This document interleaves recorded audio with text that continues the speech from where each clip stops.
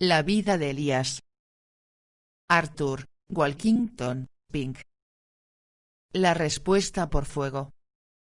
En el anterior capítulo tratamos de hacernos la aplicación práctica de la oración que Elías ofreció a Dios en el Monte Carmelo. Ha quedado escrita para nuestra enseñanza, Romanos 15, 4, y aliento, y contiene muchas lecciones valiosas para el corazón dispuesto a recibirlas. Salvo contadas excepciones, el predicador moderno, lejos de ofrecer ayuda alguna acerca de este tema, es piedra de tropiezo para aquellos que desean conocer más perfectamente los caminos del Señor.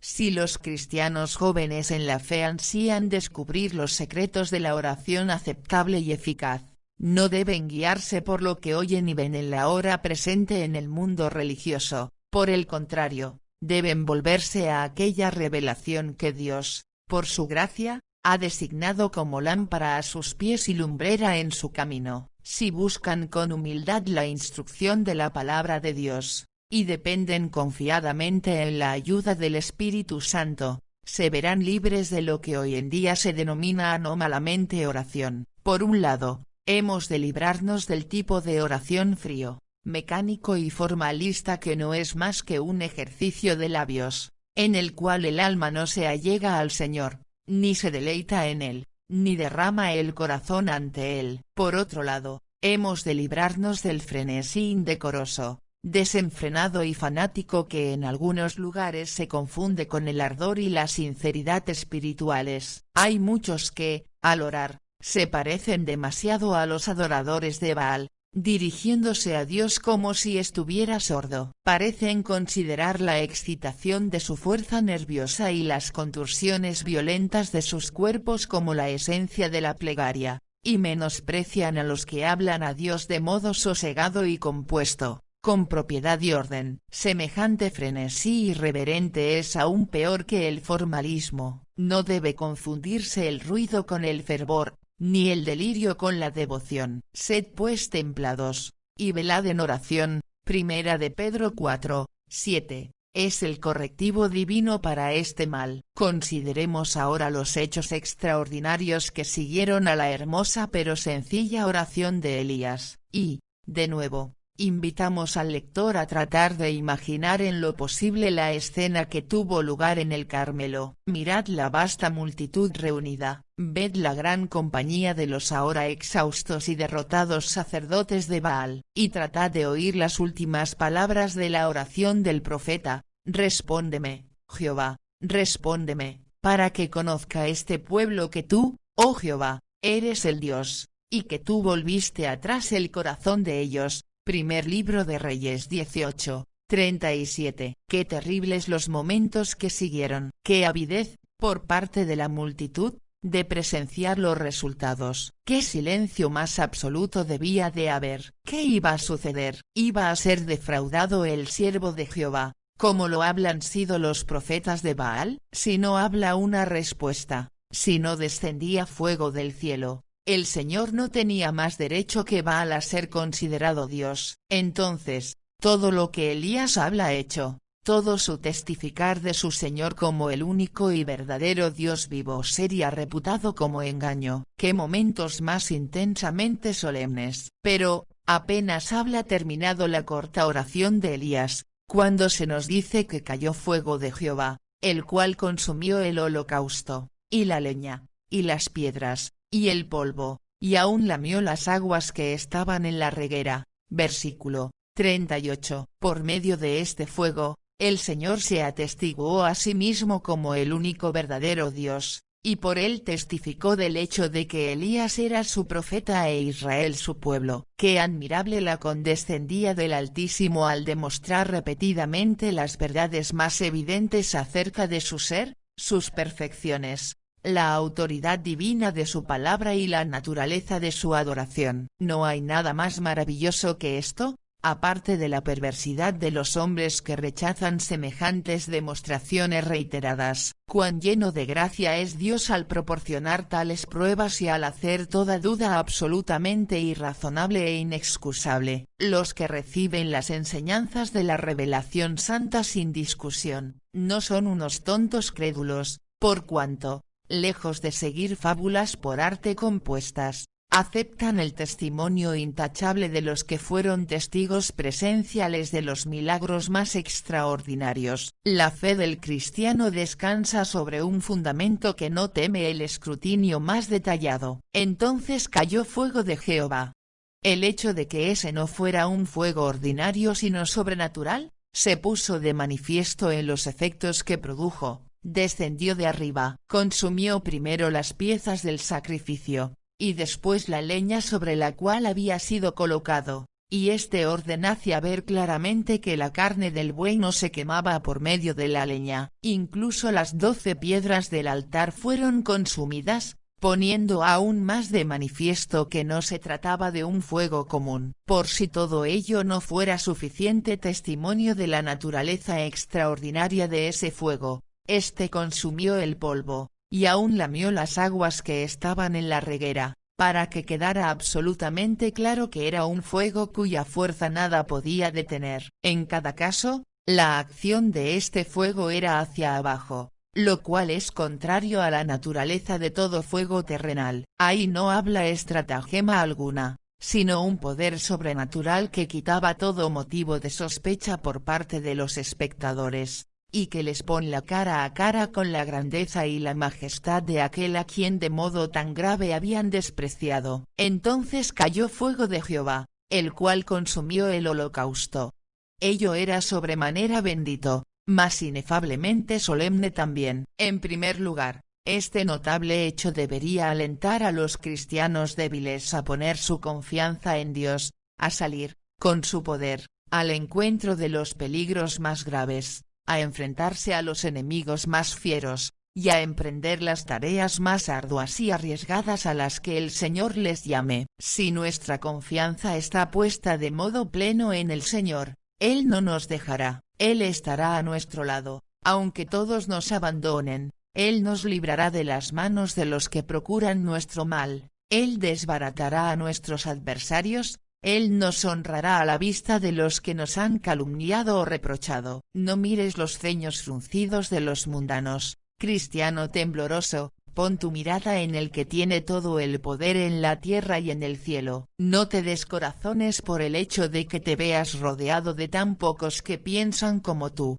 consuélate al pensar que si Dios es por nosotros, no importa quién esté contra nosotros. Este incidente debería alentar y fortalecer a los siervos probados de Dios. Satanás puede que te esté diciendo que el transigir es la única política sabia y segura en tiempos tan degenerados como los presentes. Puede que haga que te preguntes, ¿qué será de mí y de mi familia si sigo predicando algo tan despreciado? Si es así, recuerda el caso del apóstol. Cómo le sostuvo el Señor en las circunstancias más difíciles, refiriéndose al hecho de que tuviera que comparecer ante aquel monstruo llamado Nerón para vindicar su conducta como siervo de Cristo. Decía, en mi primera defensa ninguno me ayudó, antes me desampararon todos, no les sea imputado, mas el Señor me ayudó, y me esforzó para que por mí fuese cumplida la predicación, y todos los gentiles oyesen.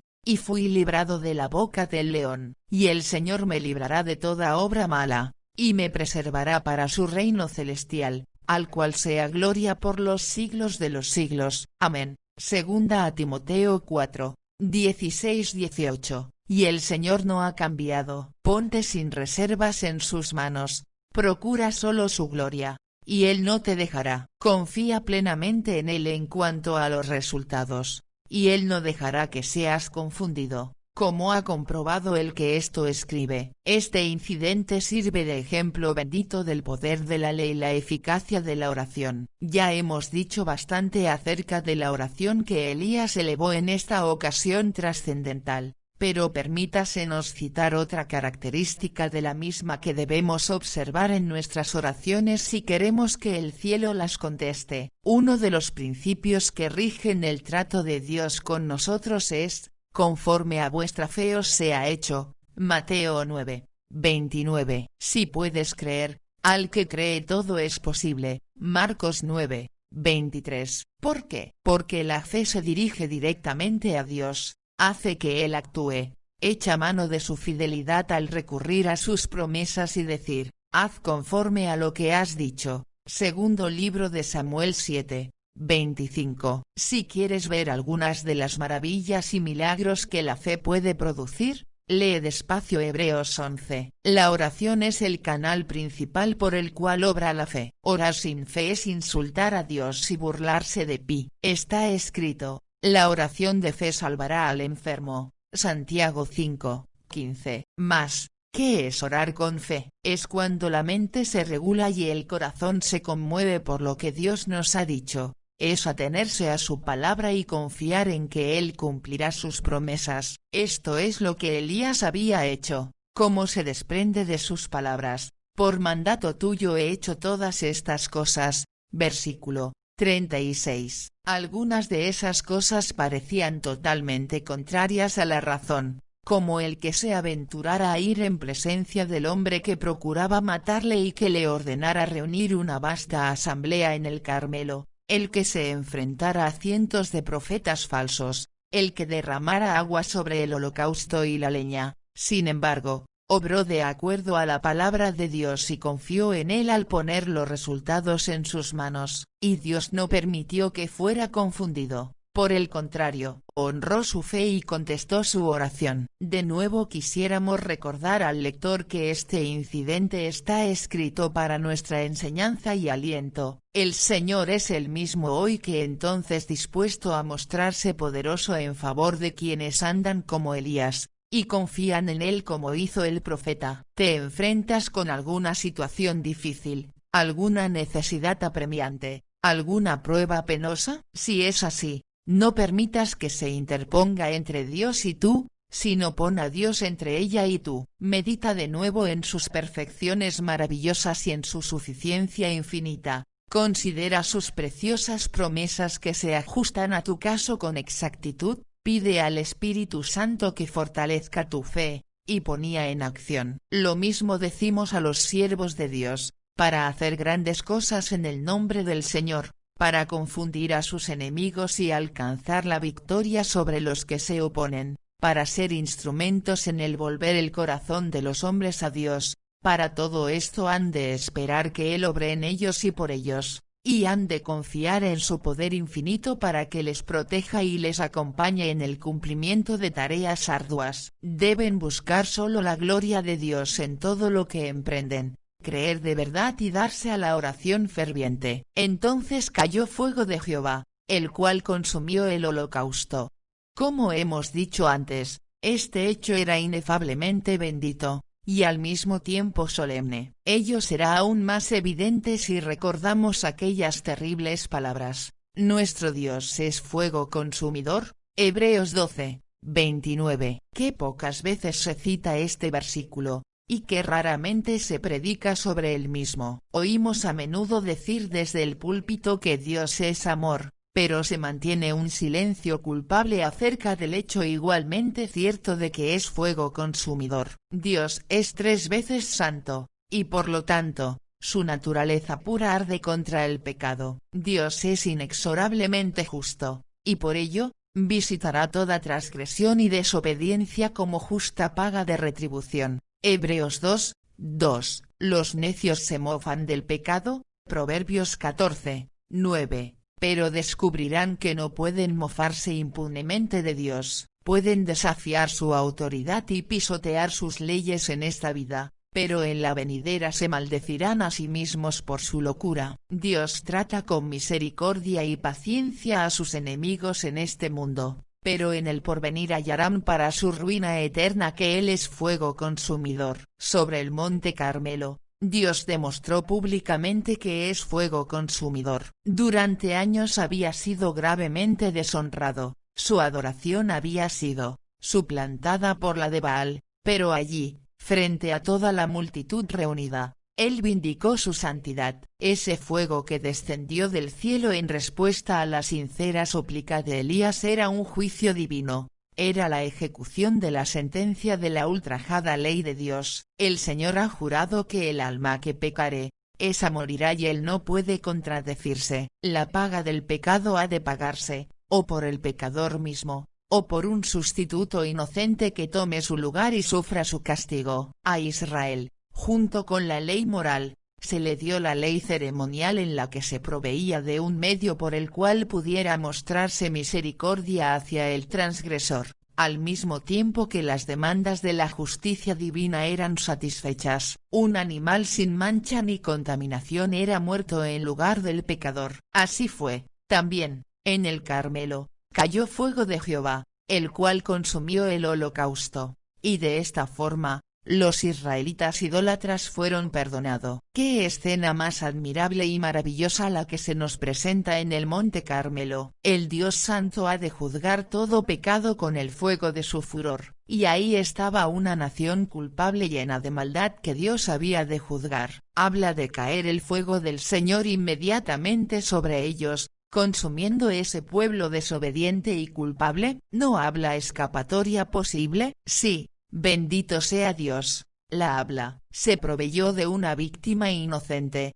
un sacrificio que representara a esa gente cargada de pecado. Cayó el fuego sobre él consumiéndolo y, de esta forma, ellos fueron perdonados. ¡Qué símbolo más maravilloso de lo que tendría lugar casi 1000 años más tarde en otro monte, el del Calvario! Allí, el Cordero de Dios tomó el lugar de su pueblo culpable y llevó sus pecados en su cuerpo sobre el madero. Primera de Pedro 2, 24. Allí, el Señor Jesucristo sufrió, el justo por los injustos, para llevarlos a Dios. Allí fue hecho maldición. Gálatas 3, 13. Para que la bendición eterna pudiera ser la porción de ellos. Allí, el fuego de Jehová cayó sobre su cabeza sagrada, y tan intenso fue su calor que clamó: «Sed tengo». Y viéndolo todo el pueblo, cayeron sobre sus rostros, y dijeron: «Jehová es el Dios, Jehová es el Dios».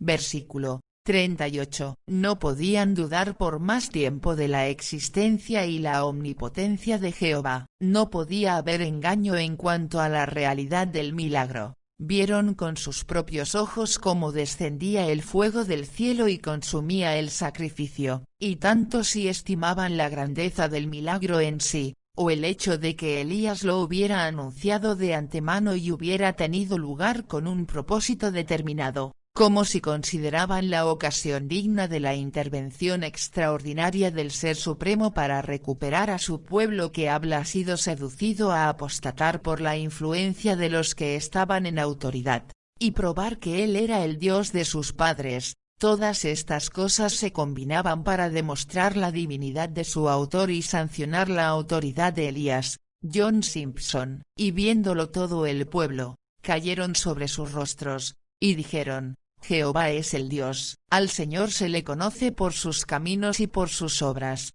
Él es magnífico en santidad, terrible en loores, hacedor de maravillas. De este modo fue resuelta la controversia entre Jehová y Baal. Aún así, los hijos de Israel olvidaron pronto lo que habían visto, y lo mismo que sus padres, quienes habían sido testigos de las plagas de Egipto y de la derrota de Faraón y sus huestes en el Mar Rojo, pronto cayeron de nuevo en la idolatría. Las manifestaciones terribles de la justicia divina suelen atemorizar y convencer al pecador, arrancar de él confesiones y resoluciones, e incluso inclinarle a la obediencia, mientras perdura en él la impresión. Empero, para cambiar su corazón y convertir su alma, es necesario algo más. Los milagros que Cristo obró, en nada cambiaron la oposición de la nación judía a la verdad. Para que el hombre nazca de nuevo ha de haber una obra sobrenatural en él. Y díjoles Elías: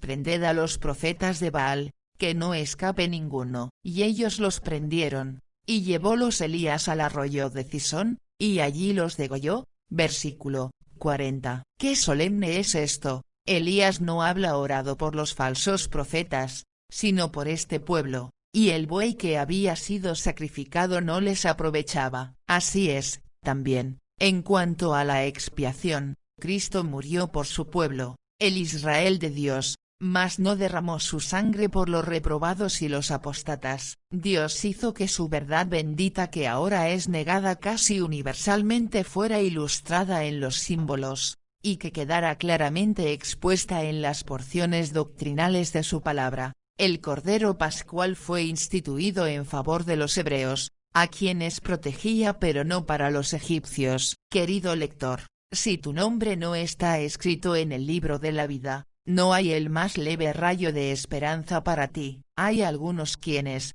llevados por nociones falsas de liberalidad, condenan a Elías por haber degollado a los profetas de Baal, yerran en gran manera ignorando el carácter de Dios y las enseñanzas de su palabra. Los peores enemigos que puede tener una nación son los profetas y sacerdotes falsos, por cuanto acarrean sobre ella males espirituales y temporales, y destruyen tanto los cuerpos como las almas de los hombres. El permitir que esos profetas de Baal escapasen, hubiera significado darles permiso para continuar sus actividades como agentes de la apostasía, y hubiese expuesto a Israel a más corrupción. Debe recordarse que el pueblo de Israel estaba bajo el gobierno directo de Jehová, y que el tolerar la existencia de aquellos que pervertían a las gentes llevándolas a la idolatría, hubiera equivalido a dar refugio a hombres culpables de alta traición contra la majestad de las alturas. El insulto lanzado contra Jehová solo podía ser vengado por medio de su destrucción, y solamente así podía vindicarse su santidad. En las épocas de degeneración se requieren testigos que no pierdan de vista la gloria de Dios, que no dejen que sea influido su ánimo por el sentimentalismo, y que sean inflexibles en condenar el mal. Los que consideran que Elías llevó su severidad a extremos inauditos, e imaginan que actuó con crueldad despiadada al degollar a los falsos profetas, no conocen al Dios de Elías. El Señor es glorioso en santidad, y nunca más que cuando es fuego consumidor de los obradores de iniquidad. Es verdad que Elías solo era un hombre, empero, era el siervo de Dios, y estaba obligado a llevar a cabo sus órdenes. Al degollar a aquellos falsos profetas no hizo más que cumplir lo que la palabra de Dios requería de él. Véase Deuteronomio 13, 1-5, 18.20-22. Nosotros, bajo la dispensación cristiana, no hemos de matar a los que seducen a otros y les llevan a la idolatría, por cuanto las armas de nuestra milicia no son carnales. Segunda a Corintios 10, 4. La aplicación para nosotros en el día presente es esta: debemos juzgar implacablemente todo el mal que haya en nuestras vidas, y no debemos permitir que en nuestro corazón haya rival alguno del Señor nuestro Dios, que no escape ninguno.